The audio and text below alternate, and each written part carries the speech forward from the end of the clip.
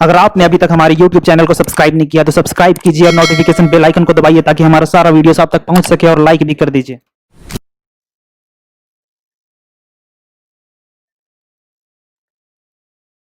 तो अब हम करते हैं क्वेश्चन नंबर 3 एक्सरसाइज 3.2 का। इसमें क्या करना है, on comparing the ratios a1 divided by a2, b1 divided by b2 and c1 divided by c2, find out whether the following pair of linear equations are consistent or inconsistent। तो यहाँ पे हमें हर एक पार्ट में, ये हमारा part 1 है, मतलब बिट 1, उसमें हर एक क्वेश्चन में दो लीनियर इक्वेशन दिए हुए हैं जिसको हम पेयर ऑफ लीनियर इक्वेशंस बोलते हैं। अब उन्हें हमें रेशियो निकाल के a1 divided by a2, b1 divided by b2, c1 divided by c2, ये रेशियो निकाल के हमें ये पता करना है कि जो हमारा लीनियर इक्वेशंस है, पेयर ऑफ लीनियर इक्वेशंस, वो कंसिस्टेंट है या फिर इनकंसिस्टेंट है। तो अगर आप लोगों ने मेरा बेसिक्स फॉर एक्सरसाइज 3.2 वाला वीडियो नहीं देखा है तो आप लोग देख लीजिए, उसमें मैंने काफी अच्छे से एक्सप्लेन किया हुआ है कि कंसिस्टेंट सॉल्यूशन क्या होता है और इनकंसिस्टेंट क्या होता है। एक बार मैं रिवाइज करा दे रहा हूं, ठीक है। तो हमारे पास इस तरह का इक्वेशन होता है, a1x plus b1y plus c1 is equals to 0, a2x plus b2y plus c2 equals to 0। तो इस टाइप का हमारे पास दो लीनियर इक्वेशन होता है, तो ये हमारा pair of linear equation form करता है। उसके बाद हम इन तीनों का रेशियो निकालते हैं, a1 divided by a2, b1 divided by b2 and c1 divided by c2। उसके बाद कंसिस्टेंट है या नहीं ये कैसे चेक करते हैं। कंसिस्टेंट के केस में हमारे पास दो टाइप के सॉल्यूशन होते हैं। एक तो हमारा पेयर ऑफ लाइंस इंटरसेक्ट करता है, तो उस केस में a1 divided by a2 is not equals to b1 divided by b2 होता है। और a1 divided by a2 and b1 divided by b2 हम कहां से निकालते हैं, ये हम निकालते हैं यहां से, a1 divided by a2 and b1 divided by b2। फिर इन दोनों को चेक करते हैं कि ये हमारा बराबर आ रहा है कि नहीं। अगर बराबर नहीं आ रहा है तो पेयर ऑफ लाइंस इंटरसेक्ट करेगा, जो कि इससे पहले वाला क्वेश्चन पे है। तो इसको तो हमें नहीं बताना है, हमें बताना है कंसिस्टेंट है कि नहीं। तो ये कंसिस्टेंट हो जाएगा। कंसिस्टेंट के लिए दो केस होंगे, एक तो ये हो जाएगा पेयर ऑफ लाइंस इंटरसेक्ट का, अगर ये दोनों इक्वल नहीं हुआ तो। अगर ये दोनों इक्वल हो जाता है तो हम c1 डिवाइडेड बाय c2 को भी चेक करेंगे, तो हमारा इस टाइप का होगा। अगर a1 divided by a2, b1 divided by b2 and c1 divided by c2 ये तीनों इक्वल हो गया तो ये हमारा आता है लाइंस आर कोइंसिडेंट। तो इस केस में भी हमारा जो पेयर ऑफ लीनियर इक्वेशन है वो कंसिस्टेंट हो जाता है। तो कंसिस्टेंट के लिए दो केस, एक तो ये वाला तीनों इक्वल हो गया, या फिर a1 divided by a2 is not equals to b1 divided by b2। अगर ये दोनों में से कुछ भी एक मिल गया, या तो ये या फिर ये, तो हमारा जो पेयर ऑफ लीनियर इक्वेशन है वो कंसिस्टेंट होगा, ठीक है। और इनकंसिस्टेंट के केस में क्या होता है, इनकंसिस्टेंट में हमारा होता है लाइंस जब पैरेलल होते हैं, तो उस केस में a1 divided by a2 and b1 divided by b2 ये दोनों इक्वल होगा, पर c1 डिवाइडेड बाय c2 इनके इक्वल नहीं होगा। तो हमारे पास तीन केसेस आ सकते हैं, दो केस में हमें कंसिस्टेंट मिलेगा और एक केस में इनकंसिस्टेंट मिलेगा। होप आप लोगों को समझ आ गया होगा। अगर नहीं आया है तो एक बार बेसिक्स फॉर एक्सरसाइज 3.2 वाला क्वेश्चन वीडियो देखिए, उसमें मैंने काफी अच्छे से इसको एक्सप्लेन किया हुआ है, ठीक है। तो अब क्वेश्चन करते हैं। तो यहाँ पे हमारे पास पेयर ऑफ लीनियर इक्वेशन किस फॉर्म का होना चाहिए, स्टैंडर्ड फॉर्म, वो हमारा होना चाहिए इस टाइप का, a1x plus b1y plus c1 is equals to 0 and a2x plus b2y plus c2 is equals to 0। तो देखिए ये तो इस फॉर्म में नहीं है, तो इसको इन दोनों को इस फॉर्म में लेके आते हैं, ठीक है। जो हमारा स्टैंडर्ड फॉर्म है ये वाला, उसी फॉर्म में इन दोनों को लेके आते हैं। तो कैसे लिखेंगे, ये हमारा बन जाएगा 3x plus 2y minus 5 is equals to 0। और दूसरा क्या बन जाएगा, ये हमारा लाइन 1 हो गया, और दूसरा हो जाएगा 2x माइनस 3y, 7 इधर आ जाएगा, माइनस 7 इज इक्वल्स टू 0। तो ये हमारा दूसरा लीनियर इक्वेशन बनेगा। तो हमें पेयर ऑफ लीनियर इक्वेशंस मिल चुके हैं। तो अब हम क्या करेंगे, रेशियो निकालेंगे। कौन कौन सा रेशियो निकालना है हमें, A1 divided by A2। A1 compare कीजिए, A1 हमारा 3 है एंड A2 हमारा 2 है, तो A1 डिवाइडेड बाई A2 निकालते हैं। A1 डिवाइडेड बाई A2 ये हो जाएगा, A1 की जगह में हमारा 3 है एंड A2 की जगह में 2 है, तो A1 डिवाइडेड बाई A2 हमें मिल गया 3/2। ठीक है, अब क्या निकालेंगे, B1 डिवाइडेड बाई B2। तो B1 क्या है हमारा 2 है, देख लीजिए कंपेयर करके, B1 की जगह में 2 है, तो ये हो गया हमारा 2 एंड B2 कितना है -3, तो ये हो गया B1 डिवाइडेड बाय B2 हमारा -3 हो गया। अब C1 डिवाइडेड बाय C2 भी निकाल लीजिए। C1 डिवाइडेड बाय C2 क्या आएगा हमारा, C1 हमारा -5 है C1 की जगह में एंड C2 हमारा -7 है, तो ये कितना हो जाएगा 5/7। तीनों रेशियो निकल गया। अब हमें बताना है ये कंसिस्टेंट है कि नहीं।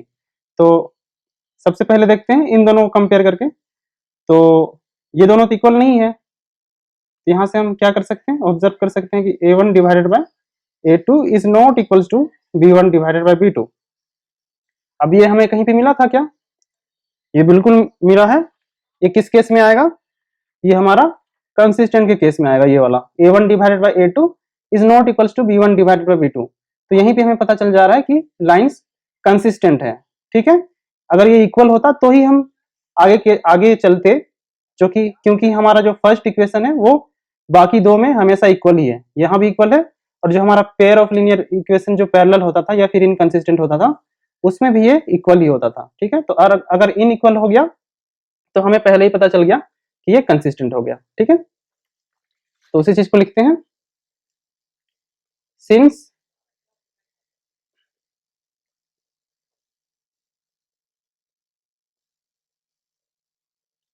क्या हो जाएगा हमारा, इंटरसेक्टिंग वाला केस आएगा पहला वाला, इसी को लिख लीजिए, since A1 divided by A2 is not equals to B1 divided by B2, therefore the pair of lines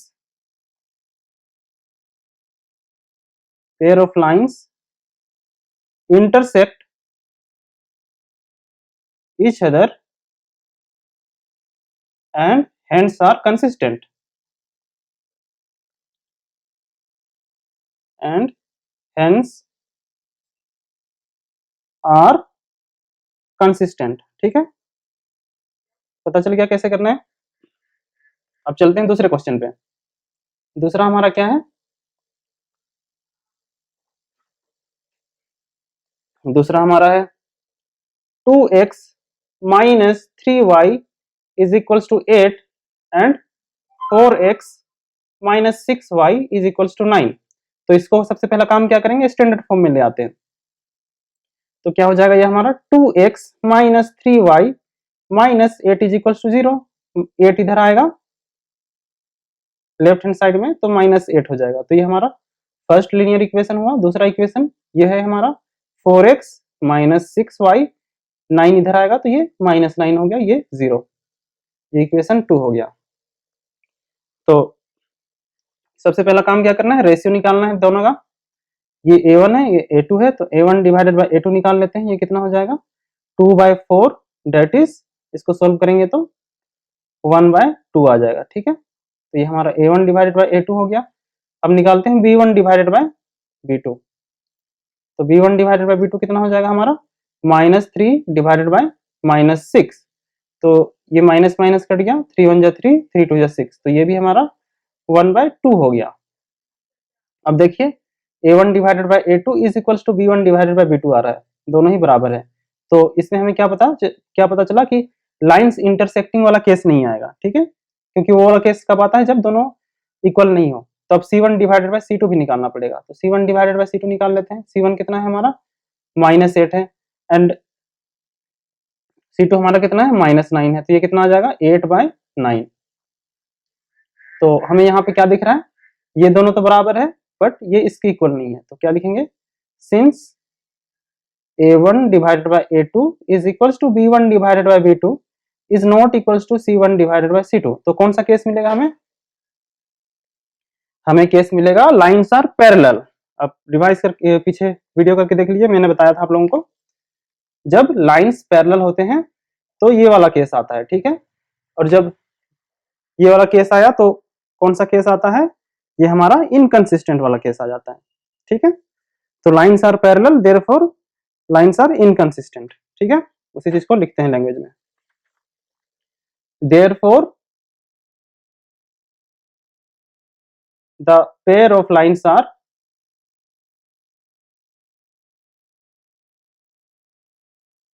parallel hence are inconsistent, ठीक है। तो यहां में क्या मिला, इनकंसिस्टेंट। तो ये हमारा सॉल्यूशन हो गया। अब चलते हैं थर्ड में।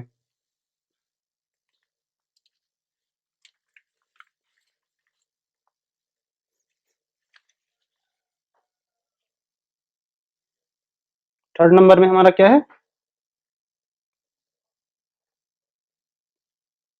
3/2x plus 5/3y is equals to 7 and 9x minus 10y is equals to 14। तो इसको भी पहले क्या करेंगे, स्टैंडर्ड फॉर्म में कन्वर्ट कर लेंगे। तो क्या हो जाएगा हमारा 3/2x plus 5/3y minus 7 is equals to 0। 7 इधर आ जाएगा तो माइनस लग जाएगा। ये हमारा फर्स्ट इक्वेशन हो गया। दूसरा इक्वेशन क्या हो जाएगा, 9x minus 10y minus 14 is equals to 0। 14 हमारा इधर आ जाएगा तो माइनस लग जाएगा। ये हमारा दूसरा इक्वेशन हो गया। अब क्या करेंगे, ये हमारा a1 हो गया, ये हमारा a2 हो गया। तो रेशियो निकालेंगे a1 डिवाइडेड बाय a2। तो ये कितना हो जाएगा, 3/2 ऊपर में और नीचे में 9। तो ये कितना हो जाएगा, 3/2 इंटू 9। तो 3 3 जा 9, तो ये हो जाएगा हमारा 1/6। तो a1 डिवाइडेड बाय a2 कितना आ गया, 1/6। अब निकालते हैं b1 डिवाइडेड बाय b2। ये b1 ये b2। तो b1 कितना है हमारा 5/3। तो ये हो गया 5/3 एंड b2 कितना है -10। तो ये हमारा हो जाएगा 5/3 इंटू ये तो माइनस माइनस 10 का माइनस इधर और ये 10। तो ये 5 1 जा 5, ये 5 2 जा 10। तो ये कितना हो गया -1/6।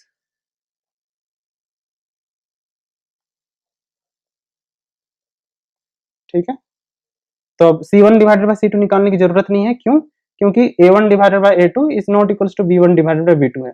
यहाँ पे 1/6 है और यहाँ पे -1/6 है, दोनों बराबर नहीं है। तो दोनों बराबर नहीं है तो कौन सा केस आएगा, इंटरसेक्टिंग वाला केस आएगा। दोनों लाइन इंटरसेक्ट करेगा और जब इंटरसेक्ट करता है तो क्या होता है, लाइंस आर कंसिस्टेंट होते हैं क्योंकि उसका सॉल्यूशन मिलेगा।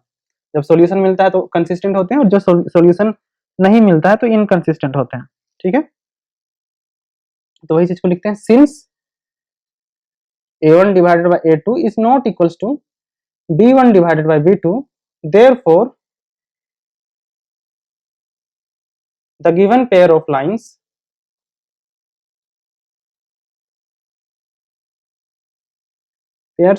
pair of lines intersect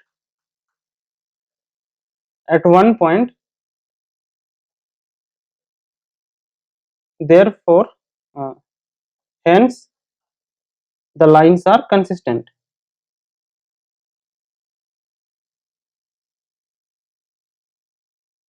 ठीक है, ये हमारा सॉल्यूशन हो गया। अब चलते हैं फोर्थ नंबर पे। अब करते हैं क्वेश्चन नंबर 4। क्वेश्चन नंबर 4 में क्या है हमारे पास, 5x minus 3y is equals to 11 and minus 10x plus 6y is equals to minus 22। तो इसको स्टैंडर्ड फॉर्म में कन्वर्ट कर लेते हैं सबसे पहले। तो क्या होगा हमारा 5x minus 3y minus 11 is equals to 0। तो ये हमारा हो गया इक्वेशन नंबर 1। दूसरा क्या हो जाएगा, माइनस 10x प्लस 6y और ये -22 इधर आएगा तो क्या हो जाएगा +22 इज इक्वल्स टू 0। तो ये हमारा हो गया लीनियर इक्वेशन 2। तो अब क्या करेंगे, सबसे पहले रेशियो निकालेंगे A1 डिवाइडेड बाय A2। तो a1 हमारे पास कितना है 5 है एंड a2 कितना है -10 है। तो इसको सोल्व करेंगे तो कितना आएगा, ये -1/2 आएगा। ठीक है, अब करते हैं b1 डिवाइडेड बाई b2। तो b1 कितना है -3 है एंड b2 कितना है 6 है। सोल्व करेंगे कितना आएगा, -1/2। तो अब देखिए a1 divided by a2 is equals to b1 divided by b2 है, तो दोनों का वैल्यू सेम है, इसीलिए लाइंस इंटरसेक्ट नहीं करेंगे। तो जब लाइंस इंटरसेक्ट नहीं करेंगे तो हम आगे c1 डिवाइडेड बाई c2 भी निकाल के देखते हैं कि क्या आएगा। तो ये हमारा हो गया -11 डिवाइडेड बाई 22। c1 हमारा -11 है एंड c2 हमारा 22 है, तो ये हमारा आ जाएगा -1/2। इस केस में तीनों ही इक्वल आ गया। तो जब तीनों इक्वल आता है तो कौन सा केस आता है, लाइंस आर कोइंसिडेंट वाला केस आता है, मतलब it has infinite many solution. तो सॉल्यूशन तो है, तो जब भी सॉल्यूशन होता है तो हमारा क्या होता है, लाइंस आर कंसिस्टेंट। जब सॉल्यूशन मिलता है तो कंसिस्टेंट होता है, जब नहीं मिलता है तो इनकंसिस्टेंट होता है।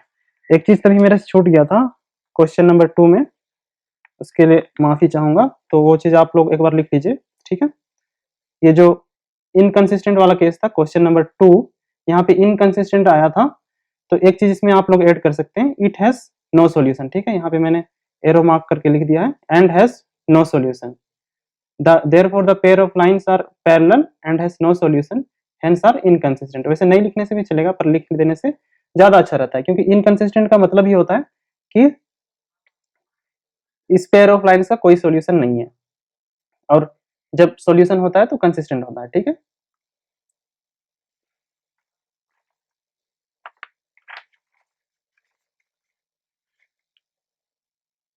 तो अब इसमें आगे बढ़ते हैं।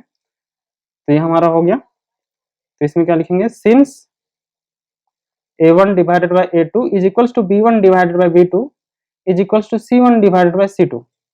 तो कौन सा केस आ जाएगा, लाइंस आर कोइंसिडेंट। तो इसीलिए लिखे, इसमें लिखेंगे वही चीज को, therefore the given pair of lines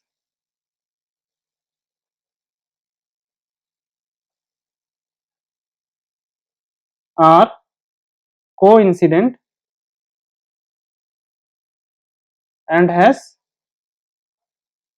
infinitely many solutions,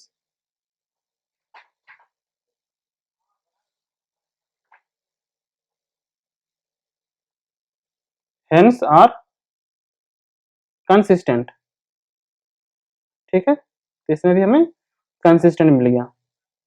अब चलते हैं क्वेश्चन नंबर 5 पे। क्वेश्चन नंबर 5 में क्या है, हमारा पहला है 4/3x plus 2y is equals to 8 and 2x plus 3y is equals to 12। तो पहले स्टैंडर्ड फॉर्म में कन्वर्ट कर लेते हैं, तो क्या हो जाएगा, 4/3x plus 2y minus 8 is equals to 0। तो ये हमारा पहला लीनियर इक्वेशन हो गया। और दूसरा क्या हो जाएगा, ये वाला 2x plus 3y minus 12 is equals to 0, ये हमारा दूसरा लीनियर इक्वेशन हो गया। तो अब क्या करेंगे, हम रेशियो निकालेंगे। सबसे पहले a1 डिवाइडेड बाय a2। तो a1 हमारा कितना है 4/3 है एंड a2 हमारा कितना है 2 है। तो इसको सोल्व करेंगे तो कितना आ जाएगा, ये 2 कट गया, ये बचेगा 2/3। a1 डिवाइडेड बाय a2 हमारा 2/3 आ जाएगा and b1 divided by b2 कितना आएगा, ये हमारा आएगा 2 और ये b2 इज इक्वल टू 3। तो ये भी हमारा 2/3 आया। तो दोनों ही इक्वल हो गया, तो लाइंस इंटरसेक्ट नहीं करेंगे। तो हम आगे चेक करते हैं कि कोइंसिडेंट है या फिर पैरेलल है।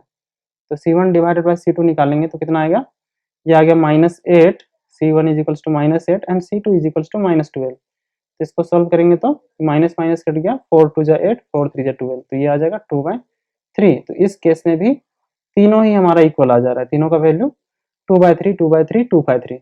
तो तीनों इक्वल है, तो क्या हो जाएगा, lines are coincident and has infinitely many solution and hence are consistent. तो उसी चीज को लिखते हैं, since a1 divided by a2 is equals to b1 divided by b2 is equals to c1 divided by c2, therefore the given pair of lines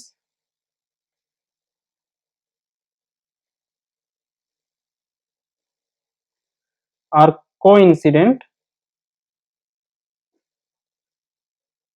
and has infinitely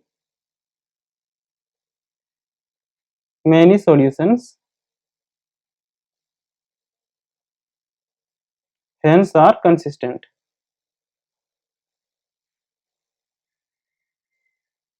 तो इस case में भी कंसिस्टेंट आ गया।